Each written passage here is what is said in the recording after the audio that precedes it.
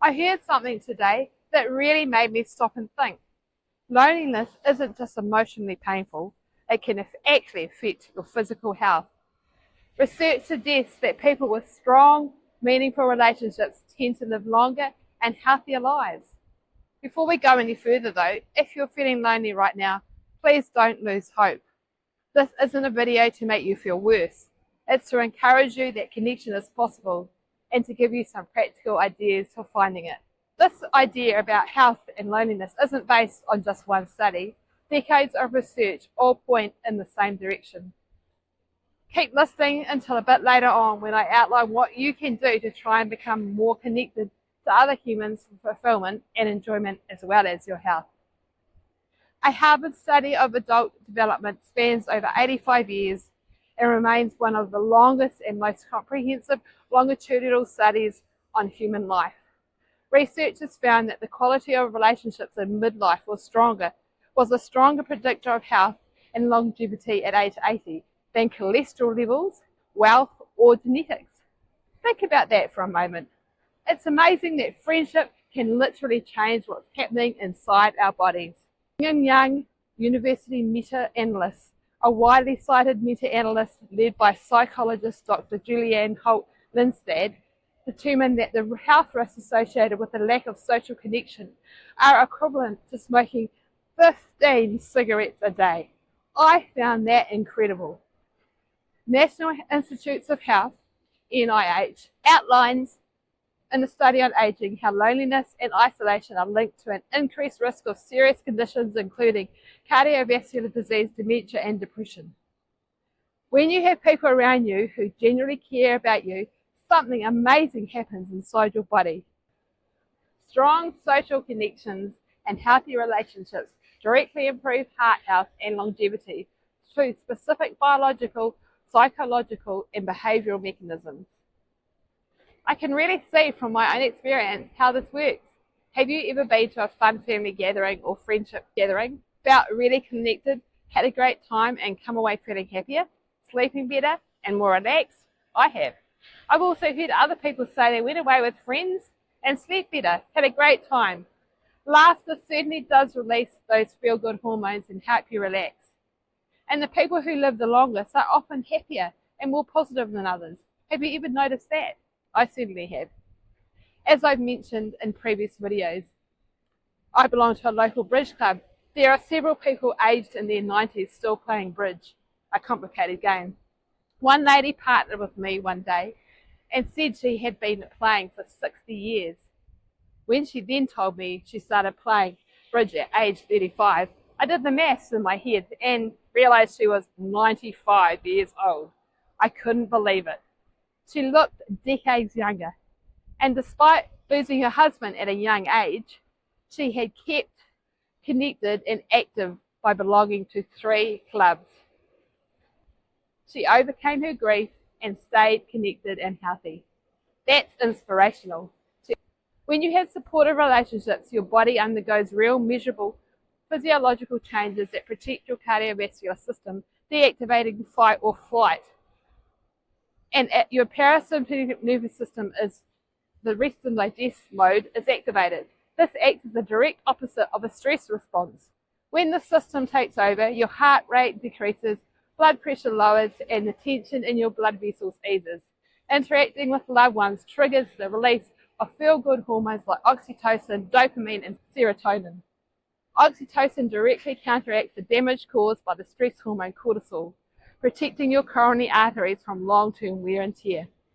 There are also benefits in reducing systematic inflammation. Chronic loneliness triggers cellular stress, which elevates inflammatory markers like C-reactive protein. Over time, this inflammation builds plaque in the arteries. Wow, isn't that amazing? Now listen to this one. A major study published in PNAS found that social isolation increases the risk of inflammation by the same magnitude as physical inactivity. Wow! Now listen to this one. A major study published in PNAS found that social isolation increases the risk of inflammation by the same magnitude as physical inactivity. Wow! So finding connections should be given the same priority as exercising regularly.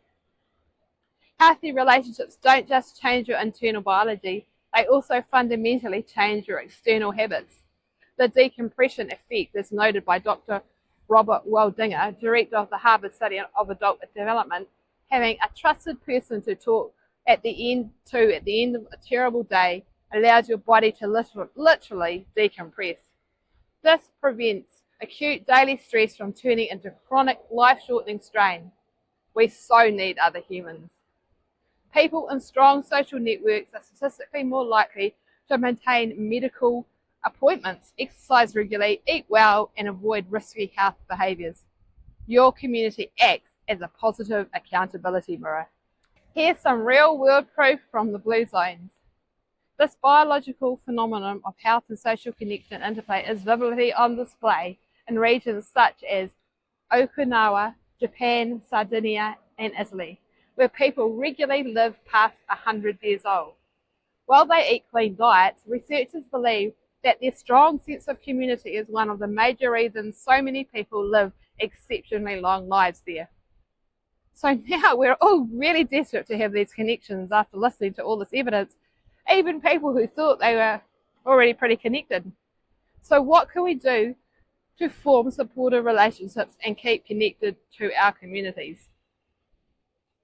The obvious one is get out of your houses as much as you can and into places where there are people where you can interact with. Even a walk down the street every morning or evening will see you pass neighbours out walking or watering their gardens. Say hi, and one day make a comment about the weather or their garden, and even come here to a beautiful place like this. There's people just further down the beach. You never know where such conversations could lead, and one time I was here and I met this lovely lady and we had a great talk. It was fantastic. The next thing you can do, which we've already alluded to, is join clubs where you can interact over an activity with people. You may or may not make really close friends there, but you will meet people you can interact with and be part of something from. From my experience, clubs are great as there's usually someone there who will care for those who have needs and want to create a sense of community. People in clubs are normally social and like people, so you're heading to the right place.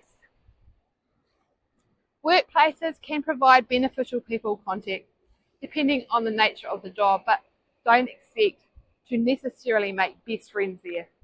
And if you work from home, make sure you put aside some time each week to meet a friend, go to a club or something to get you out of the house and face to face with others.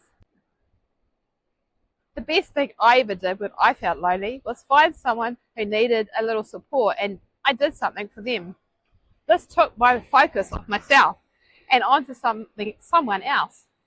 When you create some happiness in someone else, joy often automatically comes back to you. Some advice to end with: don't try too hard, as that can backfire and be discouraging. Lower your expectations. Aim for just more people contact and to be friendly to others, and you never know what might be the result. Be natural but purposeful. If you're lonely today, don't give up. One conversation, one club, one walk, one invitation can change far more than you realize. And if you're already well connected, maybe think of someone who isn't. A simple phone call or invitation could make an enormous difference, not just to their happiness, but perhaps even to their health. If you have any ideas to help you build meaningful friendships, I'd love to hear them in the comments below. Your story might be exactly what someone else needs to hear. Thanks for listening and watching. Remember, connection is health. Please like and subscribe and consider sharing this video if you think it could help someone else. Hey, next week I share about belonging rather than just attending, and reveal a surprising place I have felt the loneliest. We'll discuss ways of avoiding the same scenario. See you next week.